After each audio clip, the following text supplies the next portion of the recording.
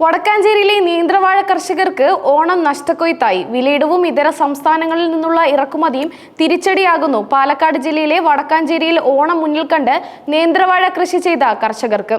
വിലയിടിവും ഇതര സംസ്ഥാനങ്ങളിൽ നിന്നുള്ള ഇറക്കുമതിയും കാരണം കനത്ത നഷ്ടം.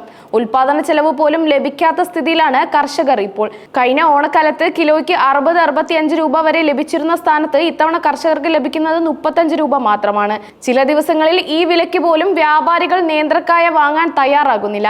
കഴിഞ്ഞ വർഷങ്ങളിൽ കനത്ത മഴയും കാറ്റും കാരണം വൻതോതിൽ നേന്ത്രവാഴ കൃഷി നശിച്ചിരുന്നു. ഈ നഷ്ടങ്ങളിൽ നിന്ന് കരകയറാൻ ശ്രമിക്കുന്നതിനിടയിലാണ് പുതിയ വിലത്തകർച്ച കർഷകരെ കൂടുതൽ ദുരിതത്തിലാഴ്ത്തുന്നത്. അമിത കൂലി നൽകി പ്രതികൂല കാലാവസ്ഥയെ അതിജീവിച്ച് കൃഷി ഇറക്കിയവർക്ക് ഇപ്പോൾ വിളവെടുപ്പിന്റെ സമയത്ത് ഉൽപ്പന്നങ്ങൾക്ക് ഉചിതമായ വില ലഭിക്കാത്തത് വലിയ സാമ്പത്തിക പ്രതിസന്ധിയാണ് ഉണ്ടാക്കിയിരിക്കുന്നത്. വിലത്തകർച്ചയ്ക്ക് പ്രധാന കാരണം ഇതര സംസ്ഥാനങ്ങളിൽ നിന്ന് വൻതോതിലുള്ള കേരളത്തിലേക്കുള്ള നേന്ത്രക്കായയുടെ ഇറക്കുമതിയാണ്. ഓണക്കാലം അടുക്കുന്നതോടെ ഇറക്കുമതി കൂടുമെന്ന് കർഷകർ ഭയപ്പെടുന്നു. ഇത് നിലവിൽ ലഭിക്കുന്ന തുച്ഛമായ വില പോലും ഇല്ലാതാകുമെന്ന് അവർ ആശങ്കപ്പെടുന്നു.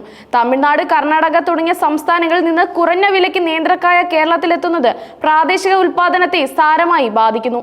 ഇപ്പോഴത്തെ പ്രതിസന്ധിയിൽ നിന്നും കരകയറാൻ കൃഷി വകുപ്പ് നഷ്ടപരിഹാരം നൽകണമെന്ന ആവശ്യം കർഷകർ ഉന്നയിക്കുന്നുണ്ട്. പാട്ടത്തിന് സ്ഥലമെടുത്ത് കൃഷി ചെയ്യുന്ന ചെറുകിട കർഷകരാണ് ഈ പ്രതിസന്ധിയിൽ ഏറ്റവും കൂടുതലും കഷ്ടപ്പെടുന്നത്. ഉൽപ്പന്നങ്ങൾ വിറ്റഴിക്കാൻ സാധിക്കാതെ വരുമ്പോൾ നേന്ത്രക്കുലകൾ റോഡരികിൽ കൂട്ടിയിട്ട് തുച്ഛമായ വിലയ്ക്ക് വിൽക്കേണ്ട അവസ്ഥയിലാണ് കർഷകർ.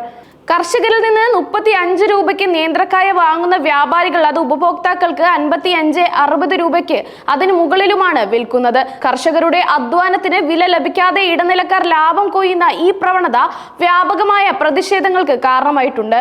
ഈ പ്രശ്നം പരിഹരിക്കാൻ സർക്കാർ അടിയന്തരമായി ഇടപെടണമെന്നാണ് കർഷകരുടെ പ്രധാന ആവശ്യം.